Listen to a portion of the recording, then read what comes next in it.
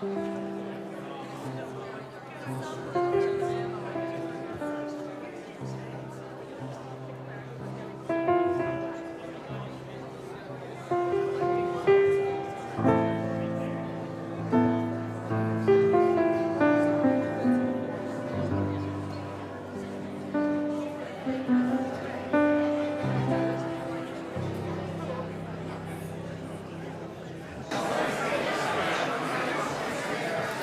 morning. Look at all those beautiful faces. Welcome to First Parish Brewster. Our church, founded in 1700, is part of a living tradition, one that draws wisdom from all the world's religions, balanced with the insights of modern science. Here we call ourselves seekers after truth and practical goodness, because with all there is to know, the one thing we can all be sure of is that none of us have all the answers. Instead, what our ancestors have taught us is that community, character, and curiosity are 3 stars by which we might navigate our collaborative journey toward truth, justice, friendship, and meaning in our modern world. And if that speaks to you, know that you are most welcome here. I'm the Reverend Julia Jones. My pronouns are she, her, and I'm one half of your First Parish ministry team. I'm joined today by Reverend Scott, my spouse, the other half, in all the ways. And we want to offer our gratitude to Kaeza, to our choir, to Anna and our RE team, our greeters and our ushers, and our tech team, and all the others who work quietly in the background to make today possible.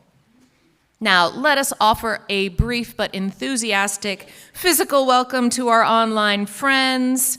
We are so delighted that you have chosen to spend this time with us. And if you're visiting with us this morning, a very special welcome to you also. If you'd like more information about First Parish and all the fabulous things that we do here, you are invited to fill out a welcome card, or if you'd prefer, you can drop us a note at administrator@First Parish Brewster, and we will endeavor to hook you up with all manner of information and opportunities. Today, we celebrate the International Day of Peace, and we anticipate the approach of Rosh Hashanah and Yom Kippur, the high holidays of the Jewish calendar, which we will explore in next week's service. But know that if you celebrate those particular holidays, you are in our hearts, and we celebrate with you as we bid a fond farewell to the old year at sundown on September 22nd, and welcome the year 5786. Whew. Blessings be upon you and upon all of us. Now, a few reminders, with the final reminder that I'll give in advance, which is that all of this information and more can be found in your weekly angle. UU 101 for newcomers. If you are new to First Parish, or if you simply have not decided yet to become a member, but have been circling around that idea, grab a cup of coffee and come to the library, which is near the restrooms, after the service at about 11:30, so that we can get to know you, you can get to know us. It's the first official step on the path to membership, but that doesn't need to be the step that you take. It's just a great opportunity to get some questions answered and get to know folks a little bit better. Also, this Thursday, the Reproductive Rights Task Force is sponsoring a showing of Preconceived at 7 o'clock at the Chatham Orpheum Theater. This documentary shares the stories of women impacted by anti-abortion clinics, and a portion of the proceeds will benefit Health Imperatives, the only facility on Cape Cod providing medical abortions to low-income individuals in Southeast Massachusetts. Health Imperatives recently lost funding under the Big Beautiful Bill, and so they are in dire need of assistance. Tickets can be purchased online. See Janet Riggs or Paula Lieb for more information. Also, equal exchange sales resume today, which means you can buy chocolate, tea, coffee, nuts, olive oil, and chocolate. This Sunday and most every Sunday. These sales support the Unitarian Universalist Service Committee and small farmers. The olive oil, interestingly, particularly with today in mind, comes from a cooperative of Palestinian and Israeli women. Hope to see you there as you purchase your chocolate. This afternoon, Sing for Unity, a community sing right here at 2 p.m. First Parish is joining with other local singing groups for a Sing for Unity event. It is sure to be joyful, and who couldn't use a little more of that right about now, 2 o'clock? Be here or be somewhere else, not nearly as wonderful. It's entirely up to you. All that said, I want to invite you into the present, this present moment, which will not repeat itself. If you aren't looking, or if you're thinking about something else, you will miss it. And we and it will miss you. Take a breath in, and let it go when you're ready.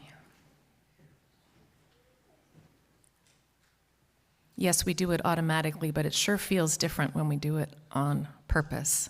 Let's do it again.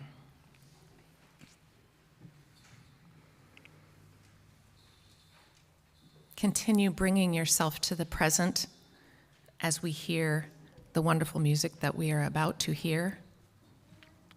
With each release of your breath and with each moment that passes, try to let go of whatever you need to let go of in order to be here now. All those things will be waiting for you when we're finished, and you may be better prepared to deal with them.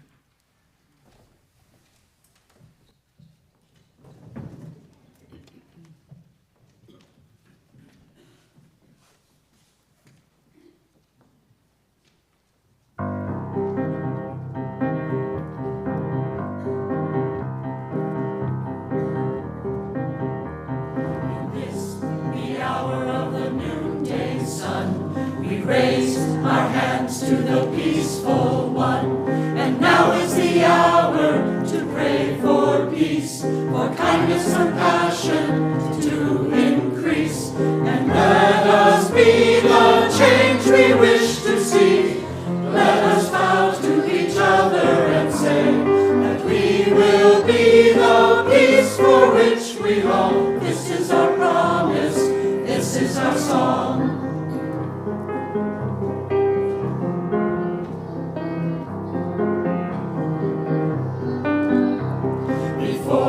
We share the noonday meal, our deepest hungers let us feel. May all be fed, may all be well, may all of our children in the garden dwell, and let us be the change we wish to see. Let us vow to each other and say that we will be the peace for which we long. This is our promise, this is our song.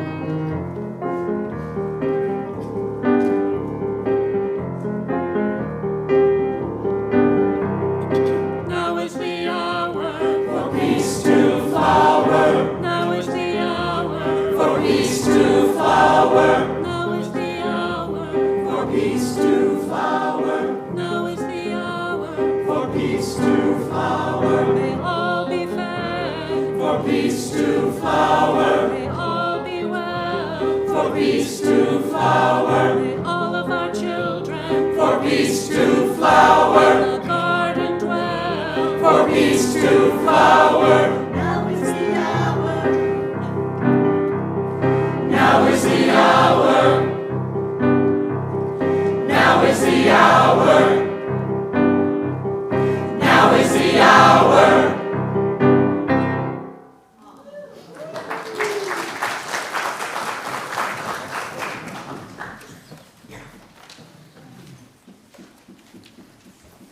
Fabulous.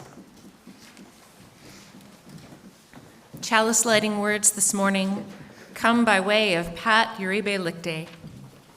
She writes, "We come from many places, along different paths, bringing different truths.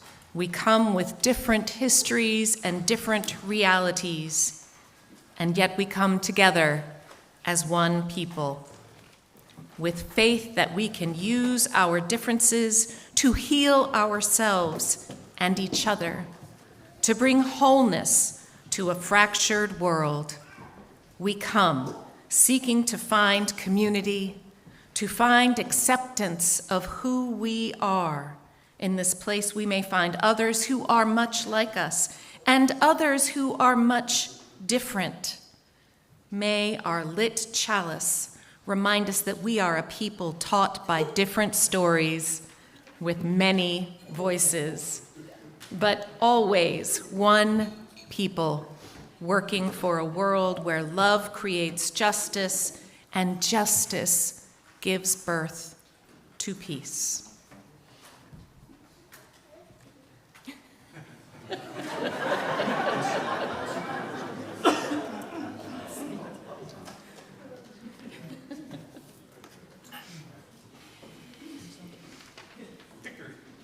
Please rise and body your spirit as we recite the affirmation of our church. Do remain standing at the end. I'm going to read the normal text. Please repeat the italics text back to me. We believe in love. Love is the doctrine of this church. We believe in truth.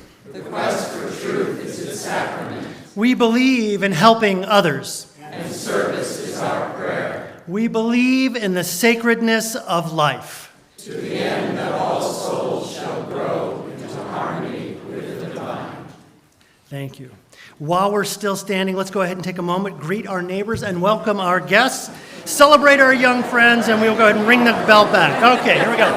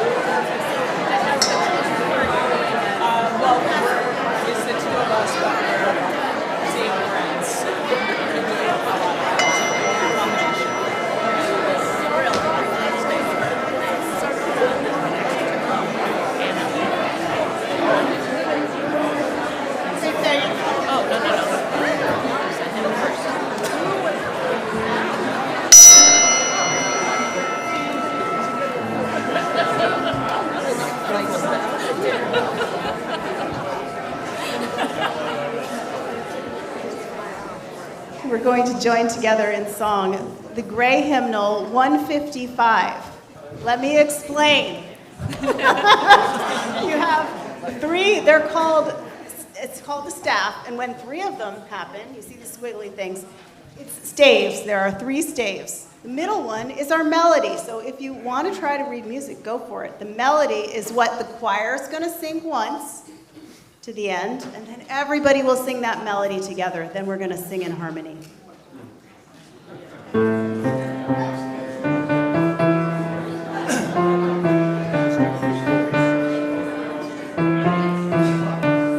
The choir is singing in harmony. I'm not expecting harmony from you. Here we go. Just choir. Circle round for freedom. Circle round.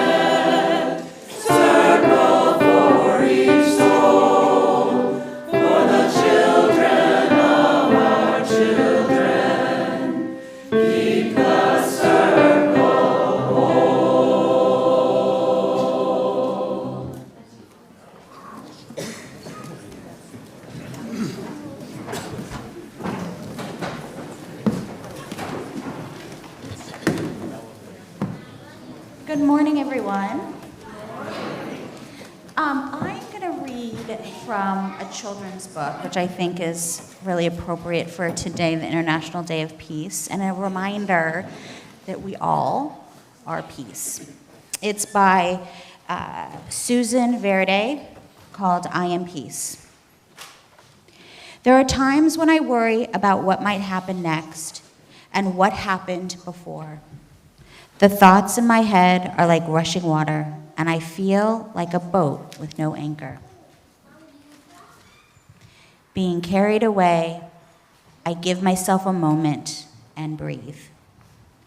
And then I tell myself it's all right. I feel the ground beneath my feet. I steady myself and start to notice the here and now. My thoughts begin to settle in my mind. My thoughts begin to settle. My mind begins to clear. I am peace. I can watch my worries gently pop and disappear. I can say what I feel inside out loud. I know myself. I can share kindness with others. I make a difference. I can hug a tree and thank it for its beauty and strength. I connect to nature. I can watch the clouds make shapes against the sky. I know wonder. I can taste and smell and touch and hear and see what's all around me. I use my senses. I can feel my breath, fill my whole body. I tune into me. Now the water is still. I have found my anchor, and everything is all right. I don't need to worry about before or after. I am this moment. I am peace. Now I share my peace with others, and I hope that it is carried away to those who need it. And I dream, we are peace.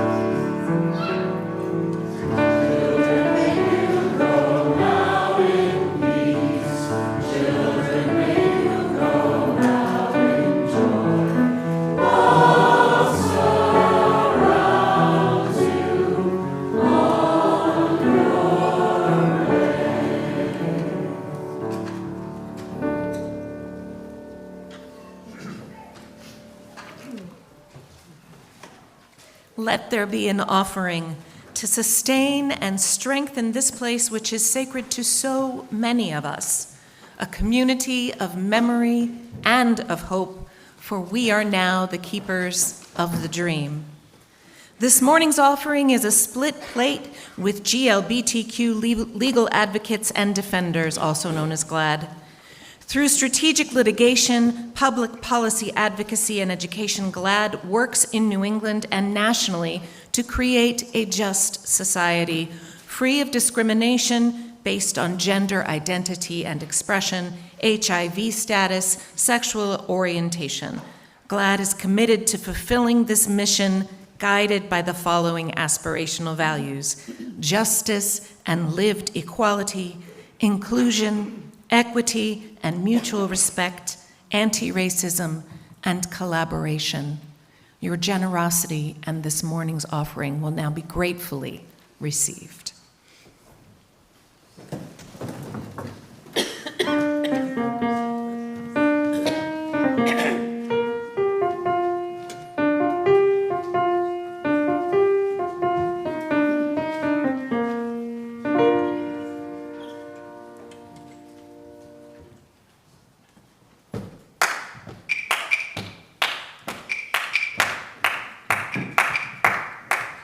My mother, when love is gone. My mother, when love is gone. In our darkest hour, hope lingers on. My neighbor, when peace is gone. My neighbor, when peace is gone. In our darkest hour, hope lingers on. I will not hate, and I will not fear. In our darkest hour, hope lingers here. My partner, when equality's gone, when equality's gone, in our darkest hour, hope lingers on. My city, with tolerance gone, with tolerance gone, in our darkest hour, hope lingers on. I will not hate, and I will not fear. In our darkest hour, hope lingers here.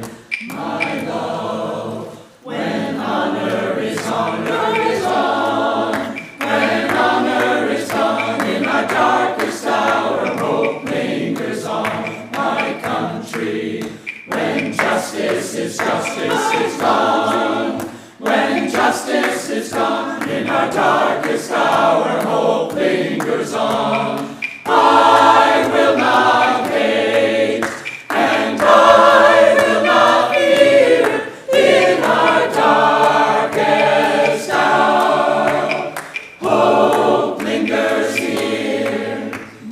I will not hate, and I will not fear. In our darkest hour, hope lingers here.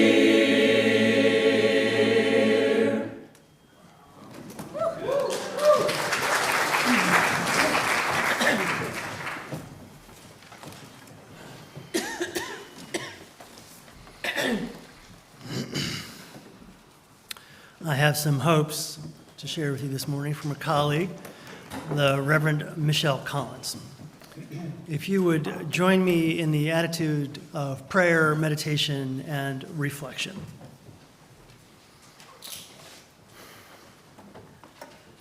Spirit of life, woven into every breath, every gathering, we come with our longing to be part of something whole. Not perfect, but whole.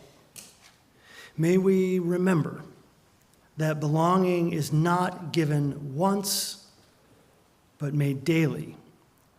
And the courage to reach out, the patience to listen, the willingness to be changed when we falter in fear, in fatigue, in forgetting. May we begin again. Let us be builders of circles that widen, keepers of doors left open, stewards of spaces where truth and tenderness can meet, May this community be not just a refuge, but a growing ground for trust, for justice, for peace. Amen. As we move into a moment of quiet reflection, you are invited to offer up the name of someone you are holding in love, in light, and in peace this morning.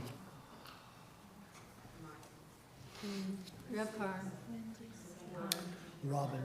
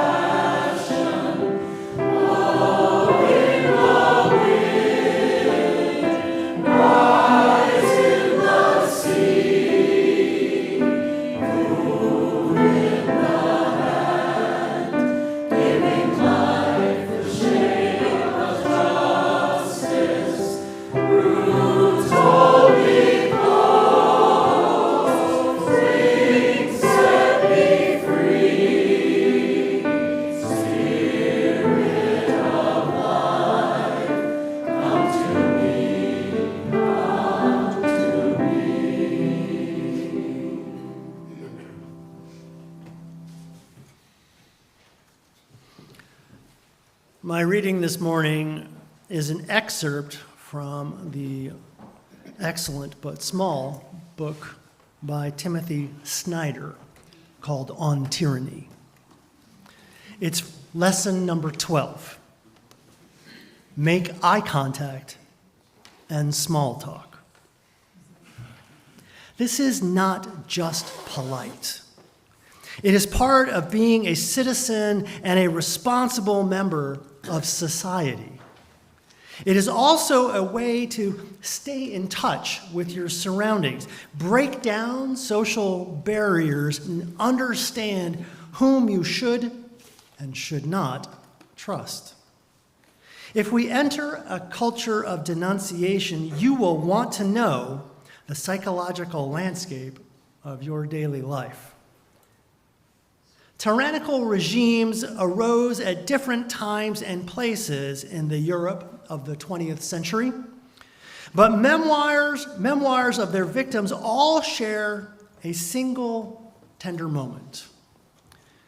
Whether the recollection is of fascist Italy in the 1920s or of Nazi Germany of the 1930s, of the Soviet Union during the Great Terror of 1937 to 38, or of the purges in communist Eastern Europe in the 40s and 50s. People who were living in fear of repression remembered how their neighbors treated them. A smile, a handshake, a word of greeting, banal gestures in a normal situation, took on great significance. When friends, colleagues, and acquaintances looked away or crossed the street to avoid contact, fear grew. You might not be sure today or tomorrow who feels threatened in the United States, but if you affirm everyone, you can be sure that certain people will feel better. In the most dangerous of times, those who escape and survive generally know people whom they can trust. Having old friends is the politics of last resort, and making new ones is the first step toward change.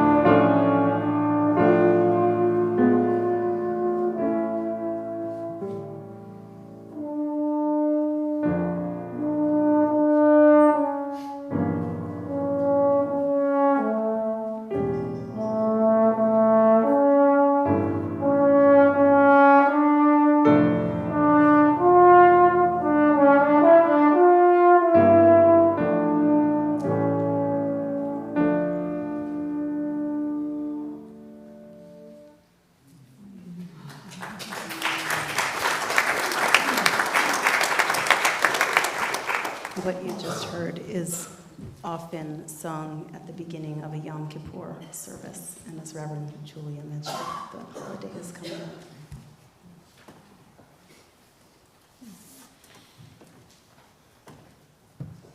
I want you to do yourself a favor this morning. As with all things I suggest, participation is purely voluntary. But if you're willing, I'd ask you to give yourself a moment to think about a time where you felt that you belonged. There are no other criteria. This could be a fleeting moment in a place or with a single person. It could be a longer engagement with a group or an organization. I just want you to call at least one of those times to mind and sit with it for a moment. Take a bath in your sense of belonging. If you struggle to think of such a time, I would ask you to take a deep breath and imagine me holding your hand. For you are beloved in this space and in this world. If you are willing, you belong here.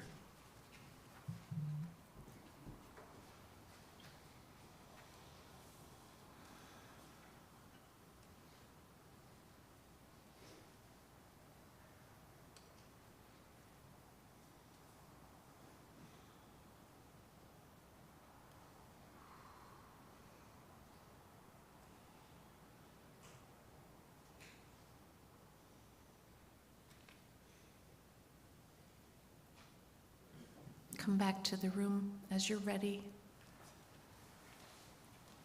And as you travel, let me tell you about one of my belonging moments.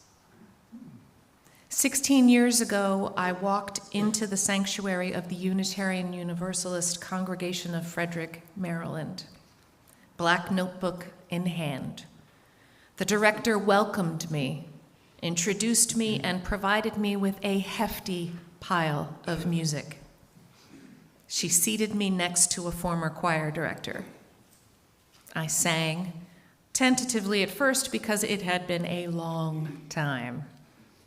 I got lost in the music, and my alto companion leaned in, got me oriented, and nodded as I found my way back to the musical text. Over the weeks, my confidence grew as the old skills clicked back in. I needed less and less correction on sight reading, except for the occasional rhythm, which I will never master, and that is decidedly that.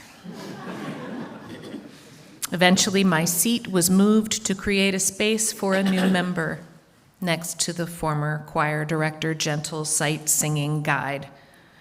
Folks knew my name, and we laughed at each other's bad music nerd jokes. There are lots of them. And it was really, really wonderful.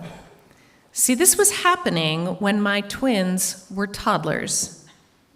I stayed at home with them and was so understandably overwhelmed that I think it's fair to say that I lost track of myself a bit. I lost track of who else I was, besides a very tired older mother of twin toddlers. With this step onto the choir risers, I reclaimed part of my individual self, and I got to be with a group of other individual selves with whom I had some pretty great things in common. I reconnected with part of my core and got to share it with other people. I belonged there, and that belonging became a springboard for learning, for growing, for engaging in community in ways that I can no longer even count. And I think it was so meaningful because in terms of belonging, it did all of the things. Let me explain that a little bit. There are lots of different ideas about what it means to belong, and because I intellectually lean towards synthesis, pulling pieces together, I tend to think most of them are partially right. Brené Brown, patron saint of vulnerability in my personal list of modern-day heroes, tells us that belonging in any setting depends upon an individual's ability to belong to themselves. In her book, Braving the Wilderness, she tells us, true belonging is the spiritual practice of believing in and belonging to yourself so deeply that you can share your most authentic self with the world and find sacredness in both being a part of something and standing alone in the wilderness.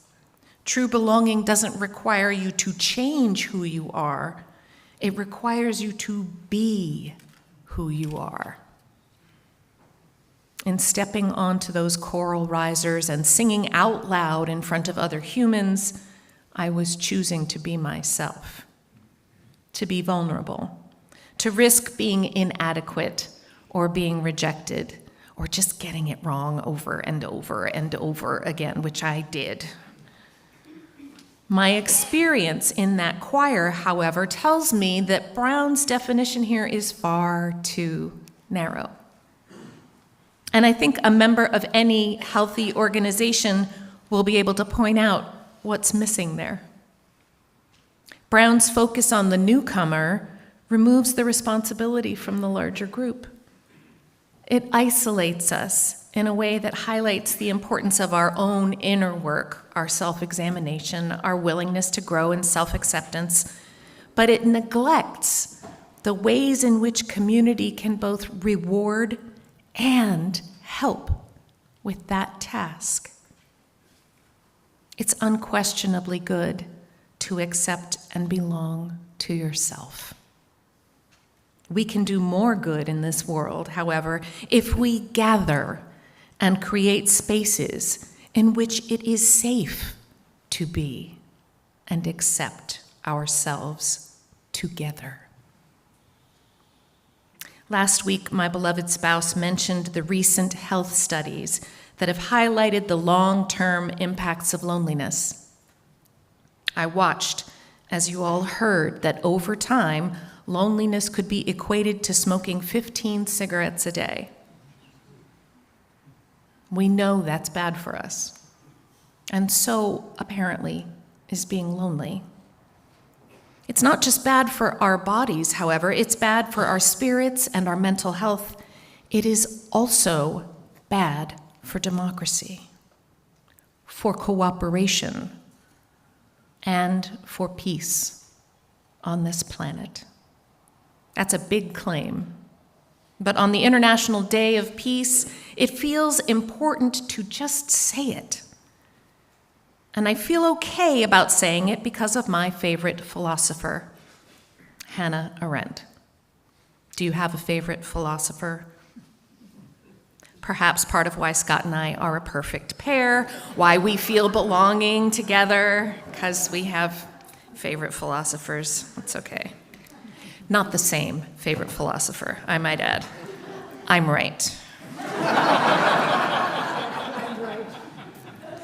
Hannah Arendt was a Jewish intellectual who escaped Nazi Germany after a brief imprisonment by the Gestapo in 1933. She had been investigating anti-Semitism, but had written all of her notes in code that they could not decipher. So they let her go, which surprised me. She then lived in France, and when the Germans took control in France, Arendt was aided in sneaking out of the country by a network of American expats and diplomats who exceeded their very narrow charge of rescuing a few thinkers and artists from the Nazi regime. Varian Fry and his group rescued 2,000 Jewish artists, writers, musicians, and scholars in 1940 and 1941 by illegally smuggling them to the United States in a variety of ways. And thank goodness that they did. Hannah Arendt went on to document what she saw as the keys to the development of nationalism, tyranny, and then totalitarianism in both the Soviet Union and Germany. She was the author of the phrase, "the banality of evil," which is once again in fashion. That phrase was penned while reporting on the trials of Adolf Eichmann, who was one of the chief organizers of the Holocaust. Arendt covered those trials for The New Yorker in 1961. Arendt was an eyewitness and one deeply steeped in a philosophical education that pushed her to understand the thinking behind mass terror. And Arendt, amongst many acute observations, points her finger squarely at isolation and loneliness as fundamental to the successful implementation of tyranny and terror over a population. Belonging is the antidote to that kind of loneliness and isolation. Having a meaningful public life that feels authentic is crucial. Being able to be yourself without fear is as necessary as oxygen. Our loneliness leaves us vulnerable to the kind of thinking and resulting political decisions and sacrifices that provide those with a limitless thirst for power, with avenues of control that far exceed the limits of law or established social norms. Maybe that's what's happened to us. Maybe we're experiencing legal and political changes at a tremendously rapid pace because the pandemic left too many of us too lonely to hang on to the way of life we had once hoped to spread around the world. Maybe the reality of our own systemic failures made that goal obsolete. I don't know the answer to those questions, but I do know that belonging is part of the answer to the questions that plague our times. And it's not as simple as what I've shared with you so far. It's not as simple as finding a place where it's safe to be our authentic selves. Because there's something more required to make belonging help us move toward a more peaceful world. Finding these places and groups, seeking them out as individuals, and working to make them safe is only part of the story. We need to construct houses of belonging, as they're called. Sure, but they must also be houses of becoming. We must be willing to pay the price of doing the work that ensures we are not ourselves becoming insular, that we are not so certain that we define ourselves as the only us with an unshakable clarity about them. We must dig into the work of addressing conflict with those with whom we have the safety of belonging, and we must apply those lessons in our larger lives. Having spoken to more than just a few of you over the last several weeks, I'm delighted to see that First Parish Brewster has been a place of belonging for so many. Several people shared that from their first visit, they knew this was the place for them. There was something about their authentic selves that was safe here, that was welcomed, that was celebrated in ways that other congregations and other groups did not welcome or celebrate. I earnestly hope and have every confidence that we will continue to provide that welcome, just as my choir director did, helping folks figure out where to sit, guiding them when they lose their way, helping them to become one of the old guard over time. And as we maintain that tremendous cultural offering, we must remember to become people who learn to directly address conflict with curiosity and compassion, to become folks who gently provide feedback if someone says or does something hurtful, to become folks who are slow to take sides amongst loved ones and quick to join a conversation about how to repair rifts if that's possible, and to strive always to build something new. I don't say all of this as a way to scold you. I don't know you well enough to scold you. I say all of this because this is the advanced class on belonging. And it's part so many of us never get to. We don't get to just come here and feel good about who we are together. I mean, we do that, and it's great. It's really great. It's nourishing. It fills us up. It fills us up so that we can take the next step. So that ultimately, if we take our shared values seriously, the tools we learn and the practice we get here in the lab of First Parish are the things we take with us out into the larger community. They are the ways we learn to create belonging in more diverse settings, with more challenging folks in hard times.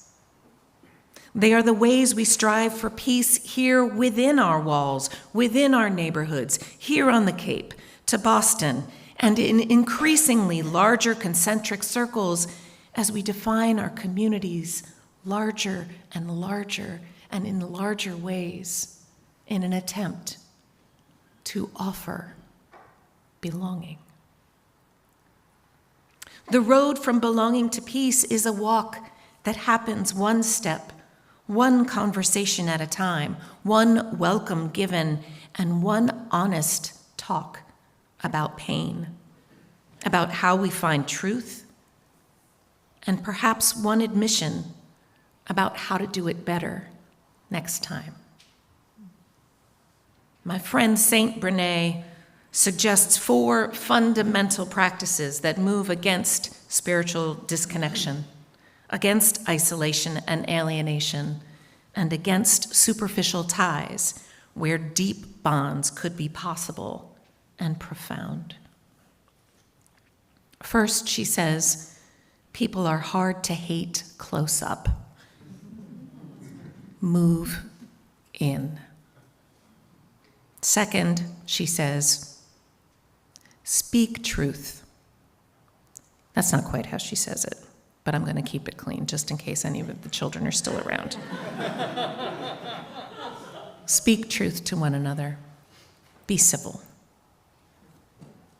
Third, hold hands with strangers. And finally, strong back, soft front, wild heart.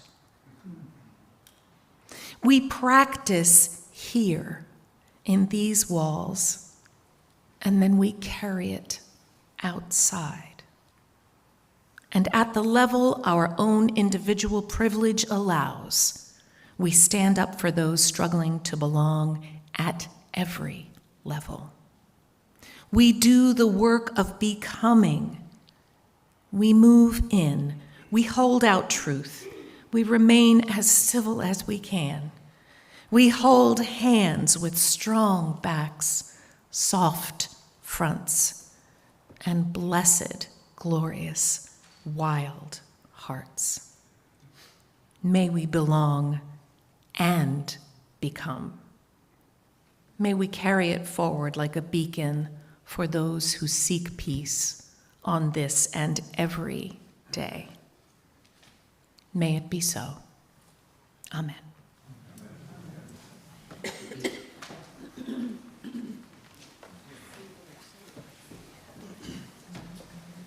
We're going to practice just the end of this hymn, and then we'll rise.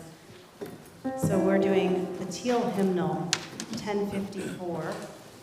Let this be a house of peace. We're only singing verses 1 and 3.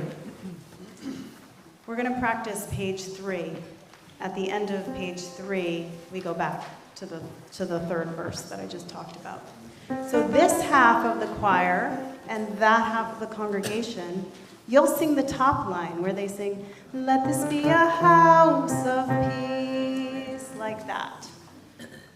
This part will echo, let this be our house of peace, along with that half of the choir. And this half. So let's practice that. Ready, and go. Let this be a house of peace.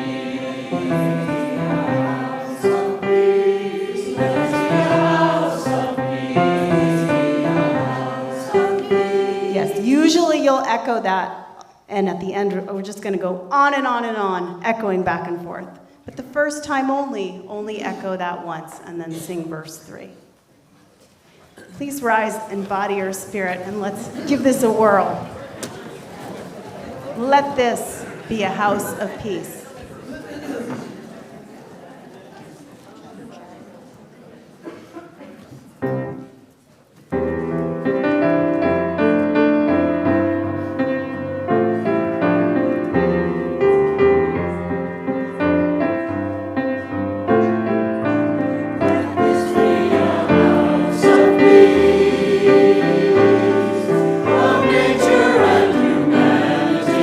Sorrow and elation.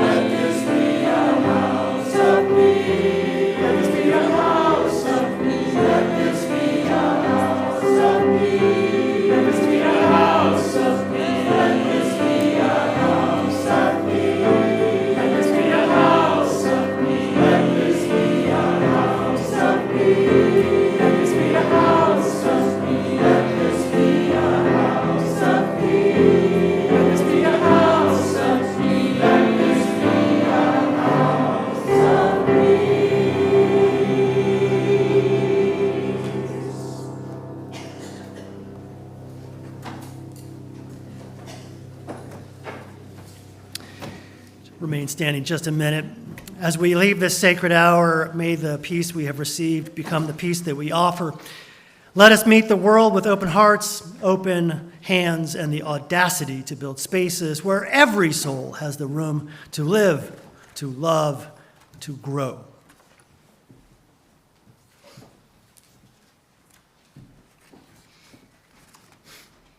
Dear ones, as we prepare to leave, know that whatever taste or touch you've had in this time of place of hope, peace, of joy, of belonging, of tenderness, of care, that is what you take with you out into the world. We are different for having spent this time together. We're different because of the questions that we ask. We are different because of what we do with those answers. But mostly, what makes us different is our willingness to be swift to love. Make haste to be kind, and wherever you go, be bold and go with great thanksgiving. Amen, and blessed be. All are invited to the parish hall for coffee and conversation.